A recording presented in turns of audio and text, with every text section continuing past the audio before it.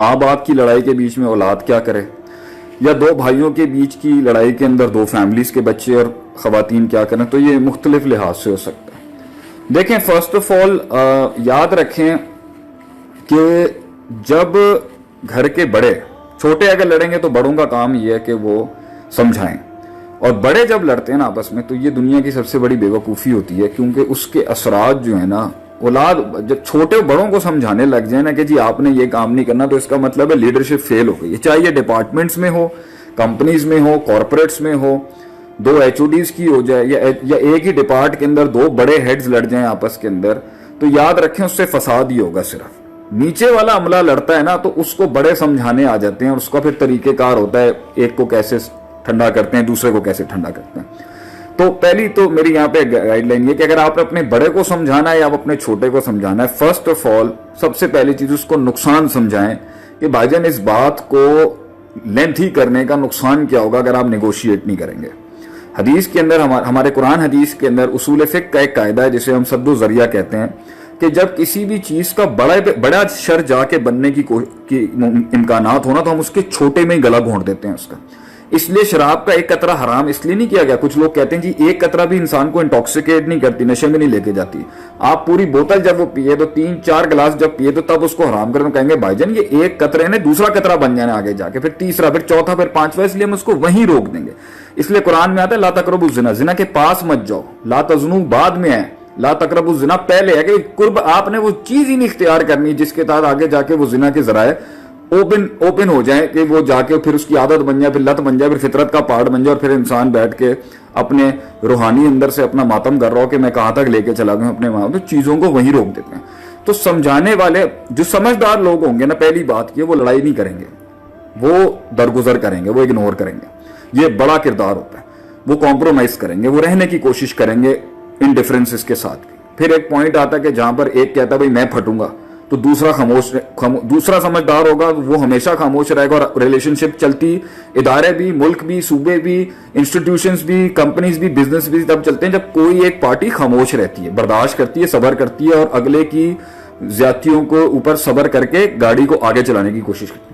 फिर एक सिचुएशन है कि इसमें दोनों ही फट गए आगे से। अब उसके अंदर भी अगर कोई बहुत बड़ा बुद्धिमान और समझदार इंसान होगा ना, तो ही माइट बी सेइंग कि भाई मैंने इस हद तक इसको पुश करना है ताकि इसको बात समझ में आते, मैंने इससे ज्यादा लड़ाई नहीं लेनी। तो अगर वहां पर भी कोई समझदार होगा तो वो वहां पर भी थोड़ी सी एहसास दिला के फिर से कॉम्प्रोमाइज करके कह देगा भाई कोई मसला नहीं है, जान दो, ऐसी कोई बात नहीं। इसके बाद अगर एक और सिचुएशन आती है कि भाई दोनों के दोनों लड़ गए और दोनों के दोनों अड़ गए। लड़ना एक और बात है, अड़ना एक और बात है। अड़ गए अपनी बात के ऊपर कि भाई मैंने नहीं माननी बात को,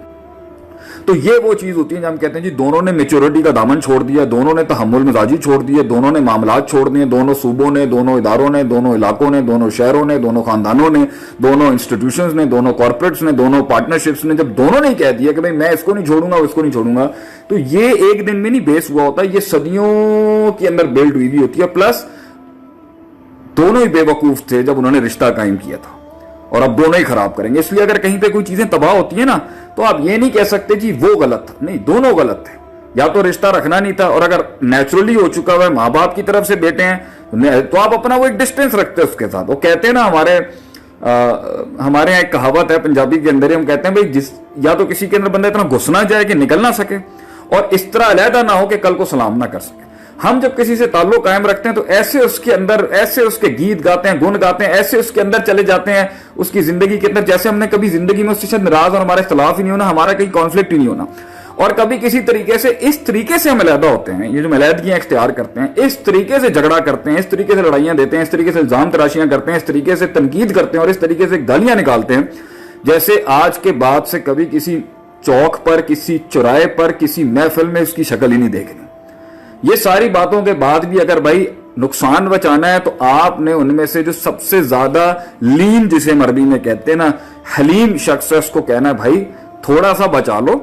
कल को एक दूसरे की शक्ल देखने के लिए तो तुम मान लो शायद हो सकता है कि जो ना कल को हो सकता है, तो किनारा कशी कर लें, सलाम की हद तक रखें। अगर ये भी बात समझ में नहीं आती तो फिर उसको निगोशिएट कराने के लिए उसको उसकी अच्छाई सुनाएं, उसको उसकी अच्छाई सुनाएं। और इस झगड़े को खत्म करने के लिए हदीस में आता है कि 3 जगहों पर झूठ जो है ना, झूठ के अल्फाज जो होते हैं, ये अल्फाजों का रद्दो बदल, उसकी कहीं हल्की फुल्की गुंजाइश निकली आ सकती है एक जंग में, अलहर्बु खिदातुन, एक ये दो की सुलह कराने के अंदर ना आप झूठ के या अल्फाजों का है, वो तो तुझे बहुत याद कर रहा था, वो तो तुझे बड़ा प्यार करता है, वो तो तेरे लिए रो रहा था, उसे अपनी गलती का बड़ा एहसास है, वहां उसको ठंडा किया, वहां उसको ठंडा किया आपस में। उनके अक्सर उनके शैतान जो ना वो दूरी करके ना वो ऐसा कलेजा गर्म कर चुका होता है कि बंदा शक्ल नहीं देखना चाह रहा होता, इसलिए कहते हैं गुस्से के आलम के अंदर पानी पिलाओ, अगले की पोजीशन चेंज करवाओ। हदीस में जो अल्फाज है कि उसकी खड़ा है तो बैठ जाए, बैठ गया तो आगे चला जाए, दूसरी जो भी उसकी है, या पानी पिलाए, उनके खून के अंदर या जरी का मजरी दम खून के अंदर चल रहा होता है शैतान उसके। तो ये चीजों के साथ आप कॉन्फ्लिक्ट रेजोल्यूशन का पूरा कोर्स करा सकते हैं। बहरहाल मेरी नजर में कॉन्फ्लिक्ट रेजोल्यूशन के ऊपर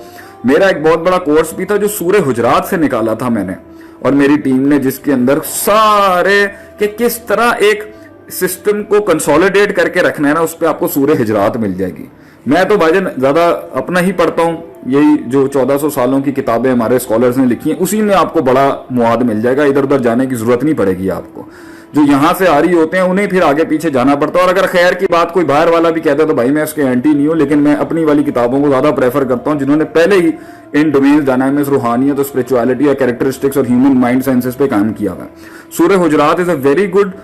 curriculum for conflict resolution and organizational behaviour I would say, और सिस्टम के अंदर ये नेगेटिविटीज कैसे खत्म की जा सकती हैं दो लोगों के बीच में। तो आप लफ्जों का रद्दो बदल करके एक दूसरे के बारे में खैर जैसे वो सामने आएंगे और एक ने भी हल्की सी भी सॉफ्ट बात कर दी ना, तो वहां पर शैतान का जोर टूट जाएगा और वो लड़ाई खत्म हो जाएगी। और एक्सपेक्टेड है कि वो निगोशिएट करेंगे। बाकी अगर नहीं हो रहा तो कम से कम ये कहा जाए कि जी कता ताल्लुकी हराम है, रहम के रिश्तों के साथ कता ताल्लुकी ना करें, सलाम की हद तक जरूर रखें। और अगर लगता है कि भी सलाम से आगे बैठ के आपने ब्लास्ट ही हो जाना है तो बेहतर है कि इतना रखें कि जिससे फसाद ना बढ़े, सलाम की हद तक रहे। हो सकता है सलाम थोड़े से अरसे के बाद थोड़े 2 जुमले और बन जाए, फिर 3 जुमले और बन जाए और रिश्ता फिर से अपनी असल पे आ सके।